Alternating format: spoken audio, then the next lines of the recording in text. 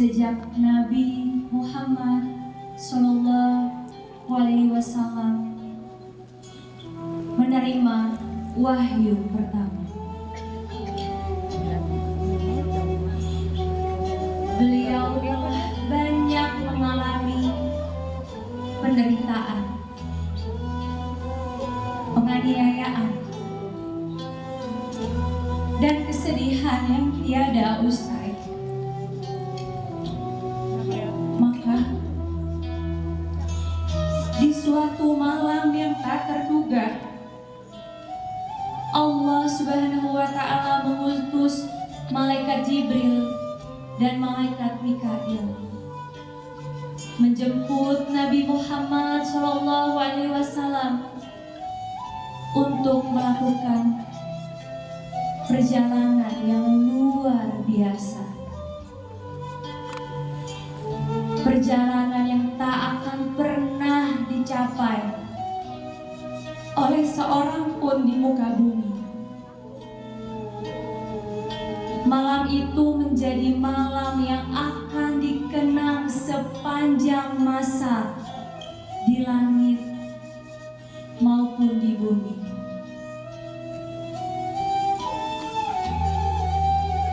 Subhanallazi asra bi abdihi laila minal masjidil haram ila masjidil aqsa. Maha suci Allah Subhanahu wa Ta'ala yang menjalankan hambanya di waktu malam dari Masjidil Haram hingga ke Masjidil Aqsa. Allah Subhanahu wa Ta'ala memerintahkan kepada malaikat Jibril dan malaikat Mikail untuk mendatangi Nabi Muhammad SAW di rumahnya di kota Mekah, untuk mengajak Nabi Muhammad SAW ke Masjidil Haram. Disitulah malaikat Jibril dan malaikat Mikail membasuh perut Nabi Muhammad SAW dengan air Zam-Zam. Lalu malaikat Jibril dan malaikat Mikail membelah dada Rasulullah SAW tanpa merasakan sakit. Kemudian dikeluarkan hatinya dan dicuci sebanyak 3 kali dengan air Zam-Zam. Lalu dikembalikan ke tempatnya dan mengisinya dengan keimanan dan hikmah. Saat itu diletakkan pula khotamun nubuwah, yaitu stempel kenabian di punggung mulia Rasulullah SAW.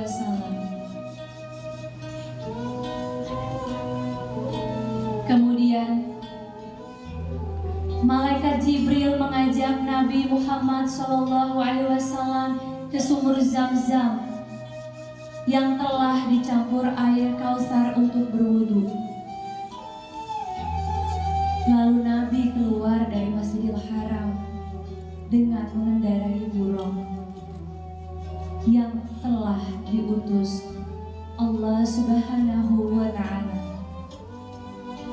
langsung dari surganya Allah untuk menandakan dari besarnya keagungan dan kemuliaan Nabi kita, Nabi Muhammad SAW. Burung itu besarnya antara keledai dan kuda. Mukanya menyerupai manusia, pipinya pipi kuda, bulu lehernya bulu kuda, kakinya kaki unta, tapak kakinya kaki lembu, ekornya berupa ekor unta. Wajahnya merah delima, belakangnya seperti mutiara, dan memiliki dua sayap yang luar biasa. Saat Buraq mengetahui bahwa ia akan ditunggangi Nabi Muhammad SAW, kendaraan dari surga itu pun malu hingga bercucuran keringat di sekujur tubuhnya. Kemudian berangkatlah Nabi Muhammad SAW menaiki Buraq itu dengan diapit oleh malaikat Jibril dan malaikat Mikail yang memegang tali kendalinya.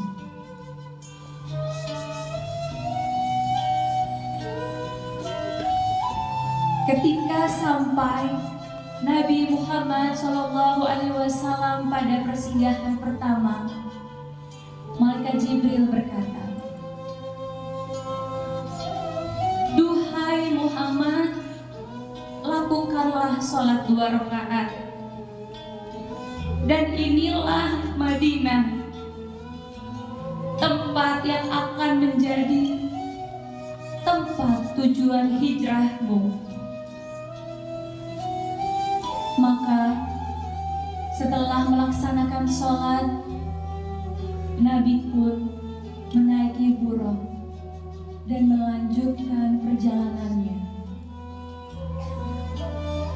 Kemudian Nabi sampai di Bukit Tursina, bukit suci di mana Nabi Musa bermunajat kepada Allah Subhanahu wa Ta'ala. Malaikat Jibril pun menyuruh Nabi Muhammad SAW untuk turun dan melaksanakan sholat 2 rakaat.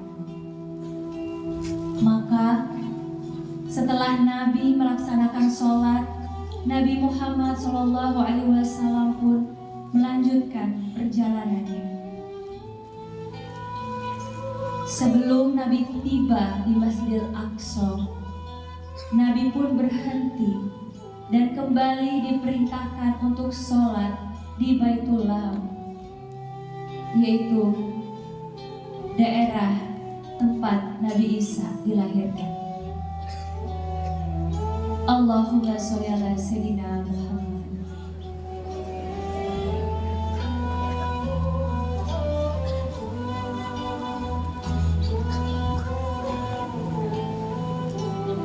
Selama perjalanan dari Masjidil Haram menuju Masjidil Aqsa, Nabi Muhammad SAW melihat berbagai macam hal. Di antaranya, Nabi melihat orang-orang yang menanam saat itu juga siap untuk dipanen. Nabi pun bertanya, "Siapa itu Jibril?" Jibril berkata, "Ya Rasulullah, mereka itu adalah orang-orang yang berjihad di jalan Allah. Maka balasan atas satu amal kebaikan mereka dilipat gandakan menjadi 700 kali lipat." Lalu Nabi mencium aroma-aroma yang sangat harum. Kemudian Nabi bertanya, "Aroma apa ini Jibril?" Maka Jibril menjawab, "Ini adalah aromanya Masyidah, tukang sisir anak Fir'aun yang sangat teguh imannya. Karena seseorang yang sudah punya iman, apapun yang terjadi tidak akan goyah dengan bahaya apapun yang ada di hadapannya." Kemudian Rasulullah melihat orang yang sedang memecahkan kepalanya sendiri. Setelah hancur, dikembalikan lagi dan dihancurkan lagi berulang-ulang kali. Nabi pun bertanya, "Apa ini wahai Jibril?" Maka Jibril menjawab, mereka adalah orang-orang yang terasa berat kepalanya untuk melaksanakan sholat fardu.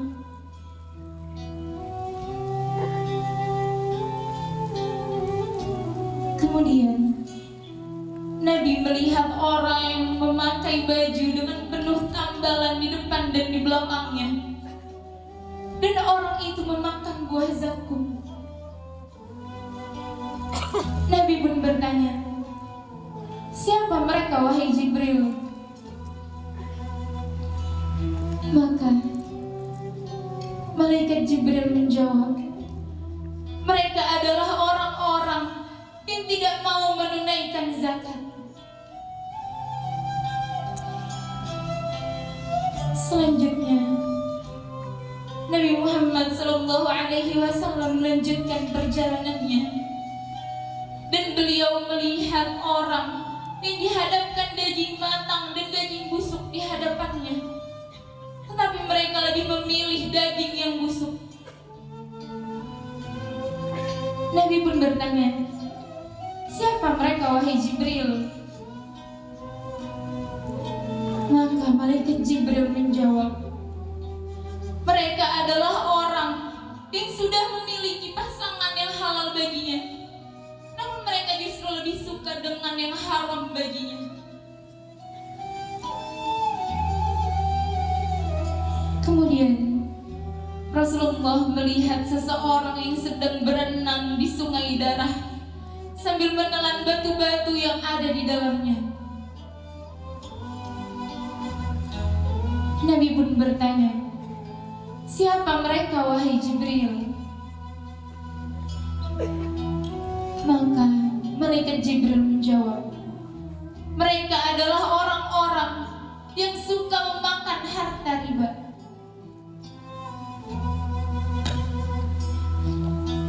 Kemudian Nabi melihat orang yang sedang memikul kayu bakar, dan dia begitu keberatan memikulnya, tapi dia terus menambah dan terus menambah kayu bakar itu.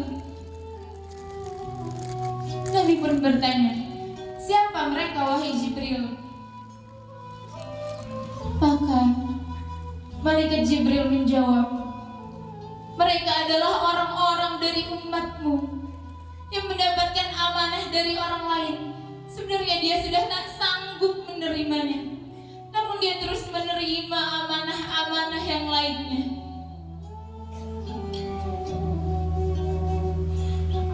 Selanjutnya Nabi melihat orang yang menggunting bibir dan lidahnya.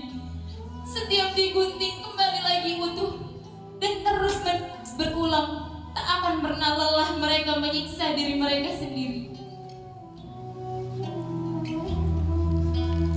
Nabi pun bertanya, siapa mereka wahai Jibril?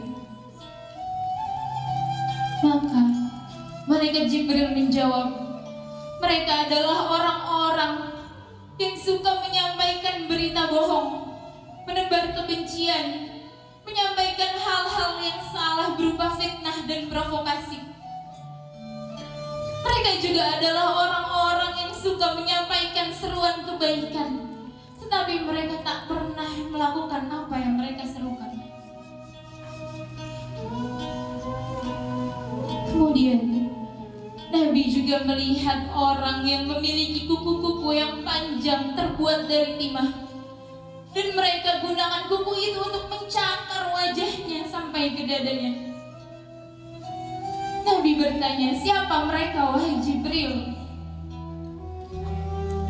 Maka malaikat Jibril menjawab, mereka adalah orang-orang yang suka memakan daging saudaranya sendiri, suka menyerang kehormatan mereka, memfitnah, mencaci maki, dan mengambil harta yang bukan haknya. Kemudian Nabi pun melihat ada satu batu kecil yang mengeluarkan sapi yang sangat besar. Setiap kali sapi itu ingin masuk kembali ke batu itu, tidak pernah berhasil sapi itu masuk.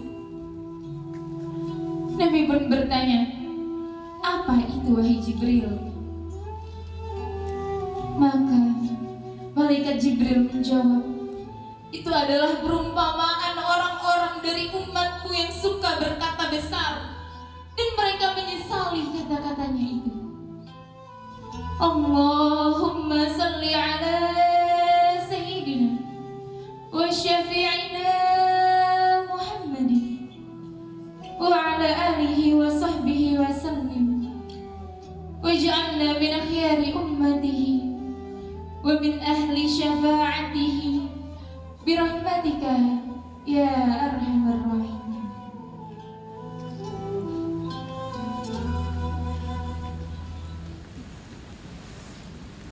Tahun di mana Nabi kehilangan orang yang dicintai,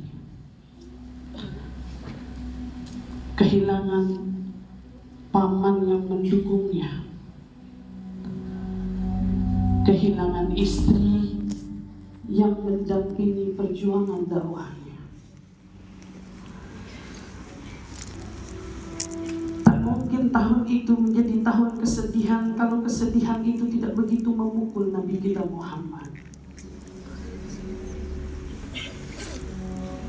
Tapi Allah kemudian mengutus malaikat untuk menjemput kekasihnya, yang membuat Allah tak kuasa melihat Nabi begitu kesedihan.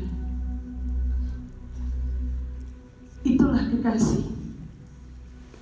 Mereka tidak pernah bisa melihat kekasih lainnya terluka. Allah menjemput Nabi Muhammad SAW. Namun sebelum Allah mengutus malaikat menjemputnya, terlebih dahulu malaikat Jibril alaihi salatu wassalam diutus oleh Allah pergi ke Jannatul Buraq.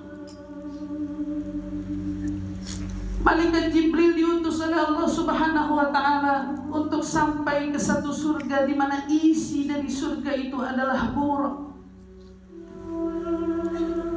Semua dipandang oleh malaikat Jibril. Malaikat Jibril lihat satu persatu buraq yang sama rupanya. Semua buraq itu bersolawat kepada Nabi Muhammad SAW.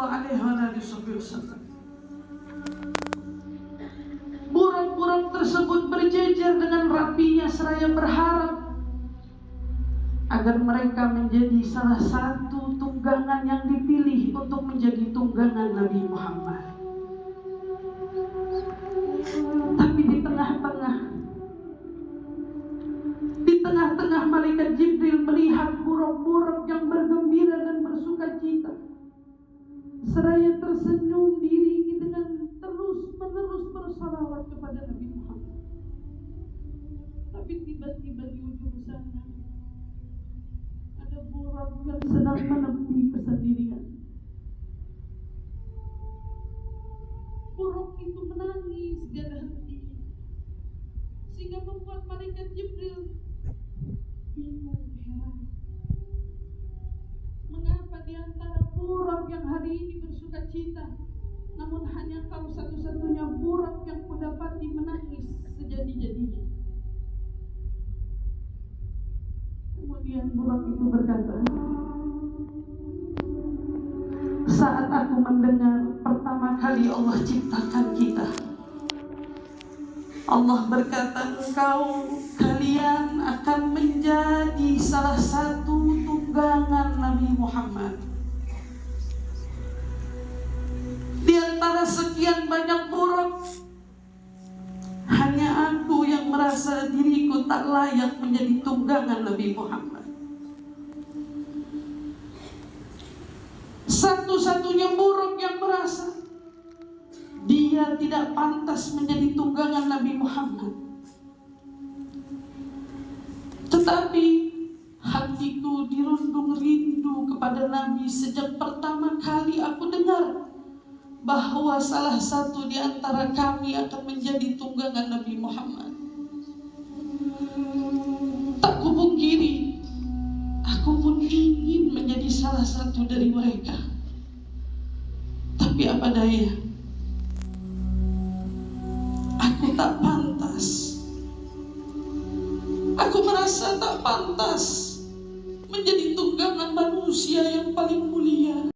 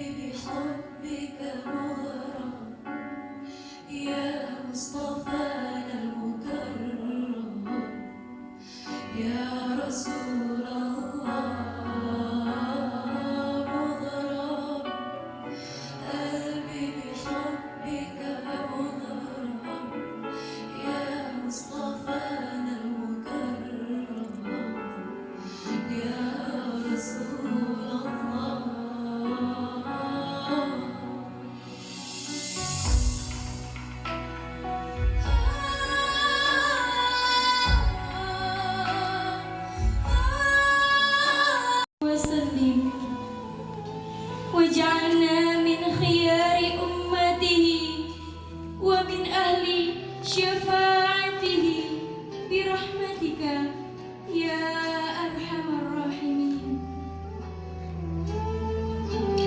Di tengah perjalanan Nabi Muhammad Sallallahu Alaihi Wasallam ke Baitul Maqdis, Nabi Muhammad Sallallahu Alaihi Wasallam mendapatkan banyak godaan-godaan di sekitarnya. Di antaranya, Nabi melihat jin ifrit yang membawa obor. Maka malaikat Jibril pun mengajarkan kepada Nabi sebuah doa yang dapat membuat jin ifrit pergi.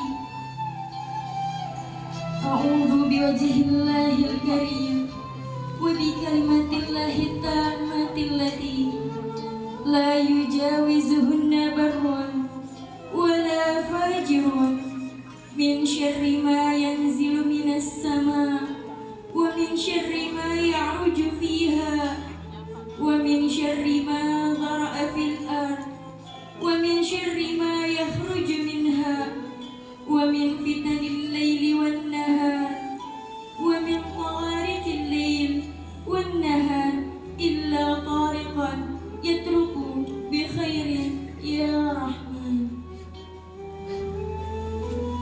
Aku berlindung dengan wajah Allah yang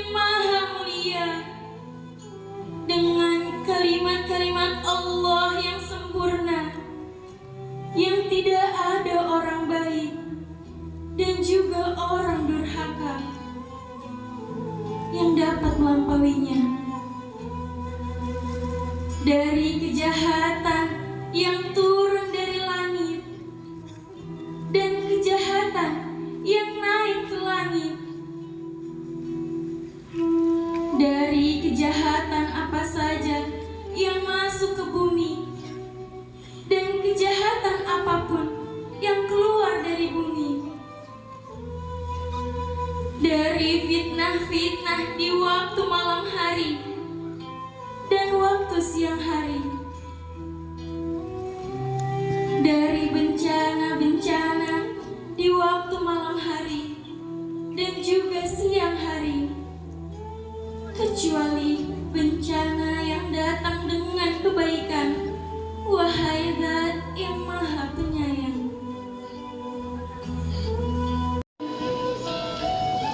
Muhammad, lihatlah aku. Nabi tidak menoleh sedikit pun maupun menyautinya. Nabi pun bertanya, siapa ia Jibril? Jibril pun menjawab, dia adalah orang Yahudi. Jika saja kamu menjawab panggilannya, maka niscaya umatmu akan menjadi orang-orang Yahudi. Kemudian ada lagi orang yang memanggil dari arah kiri, Muhammad, lihatlah aku ingin bertanya kepadamu. Nabi tidak menoleh sedikit pun. Bertanya kembali Rasulullah SAW, siapa itu Jibril? Jibril pun menjawab, yang memanggilmu tadi adalah orang Nasrani. Jika saja kamu menjawab panggilannya, maka umatmu akan menjadi orang-orang Nasrani. Kemudian Nabi Muhammad SAW melanjutkan perjalanannya sampai ada seorang wanita yang begitu cantik memanggil Nabi Muhammad SAW,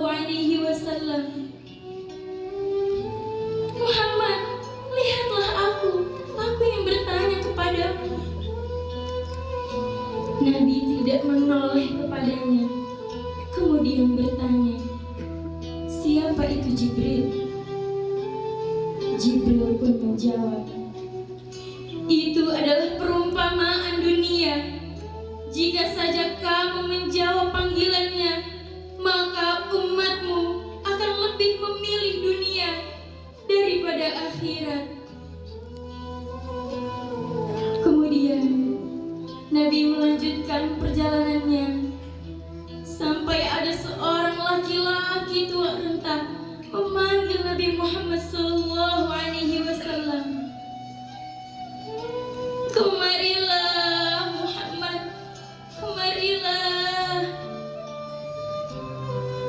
Jibril berkata, jangan kau sauti, teruslah berjalan wahai Muhammad. Nabi pun bertanya, siapa ia Jibril? Jibril pun menjawab, itu adalah iblis, musuhnya Allah, yang ingin kau cenderung mengikutinya. Kemudian Nabi melanjutkan perjalanannya.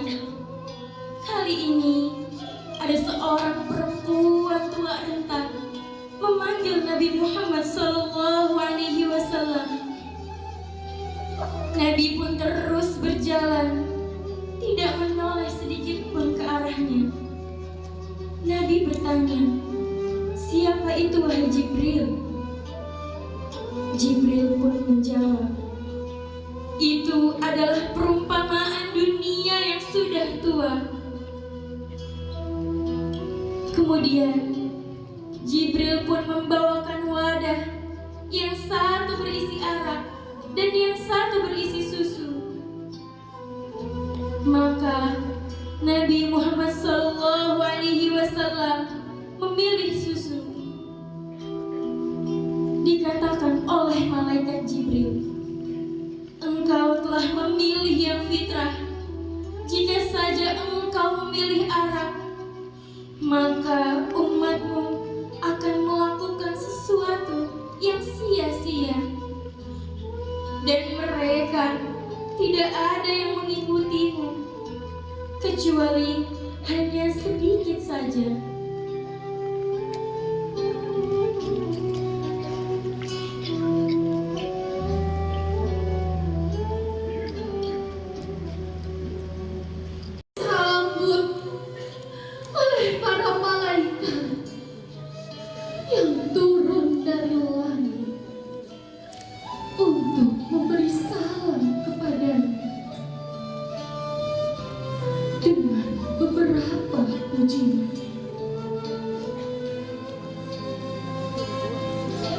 Beliau memasuki pintu dari sebelah kanan.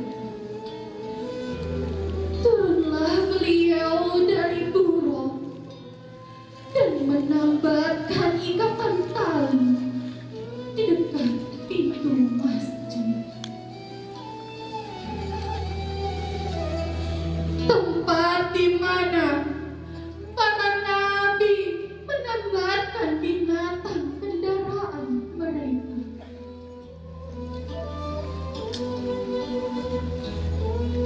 Nabi Muhammad Sallallahu Alaihi Wasallam masuk ke dalam masjid untuk melakukan sholat 2 rakaat. Tak lama kemudian sudah berkumpul banyak sekali manusia di belakang. Mereka semua adalah para nabi dan rasul.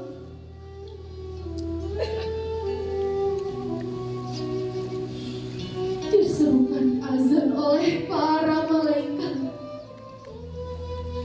Mereka semua membentuk barisan sholat dan menunggu siapa yang akan menjadi imam.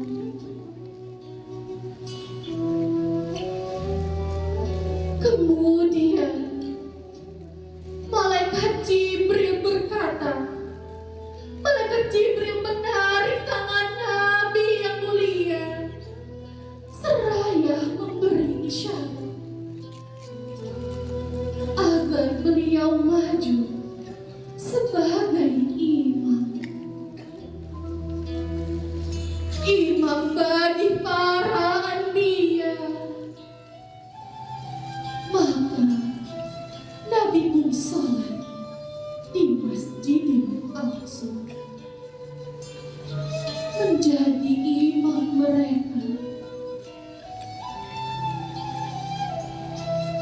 Para malaikat datang dari langit berbondong-bondong untuk mengikuti salat di belakang Nabi Muhammad Sallallahu Alaihi Wasallam.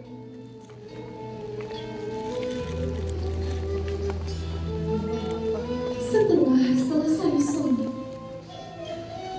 maka para nabi memuji Allah Azza wa Jalla, yaitu Nabi Ibrahim, Nabi Musa, Nabi Daud, Nabi Sulaiman, dan Nabi Isa. Atas rasa syukur kepada Allah Subhanahu wa Ta'ala dan atas segala nikmat yang dimilikinya,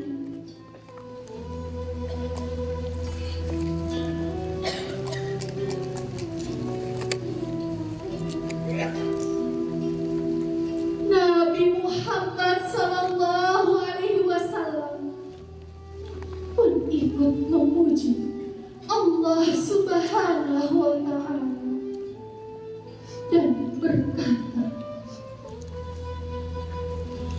segala puji bagi Allah Subhanahu wa Ta'ala yang telah memerintahkanku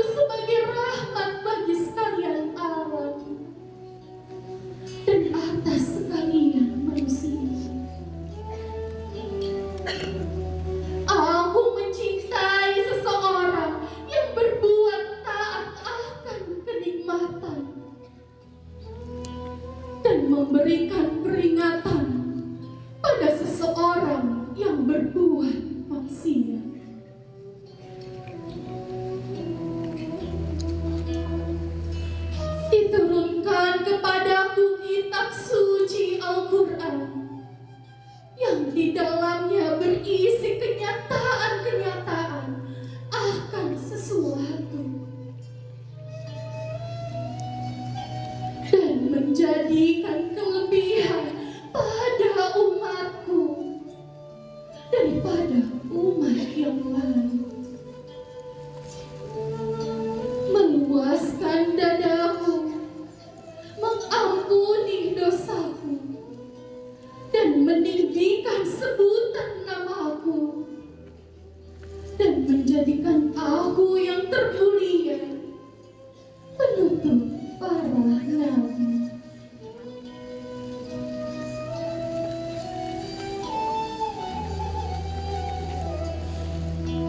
Dan Nabi Ibrahim berkata kepada para nabi, dengan pernyataan ini, maka Allah Subhanahu wa Ta'ala telah meninggikan derajat Nabi Muhammad sallallahu alaihi wasallam,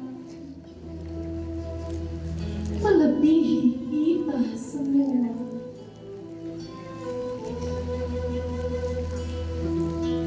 Inilah kisah perjalanan Isra yang telah dilakukan oleh Rasulullah sallallahu alaihi wasallam. Allahumma salli ala sayyidina wa syafi'ina Muhammadin wa ala alihi wa sahbihi wa sallim. Waj'alna min khiyari ummatihi wa min ahli syafa'atihi birahmatika ya arhamar rahimin.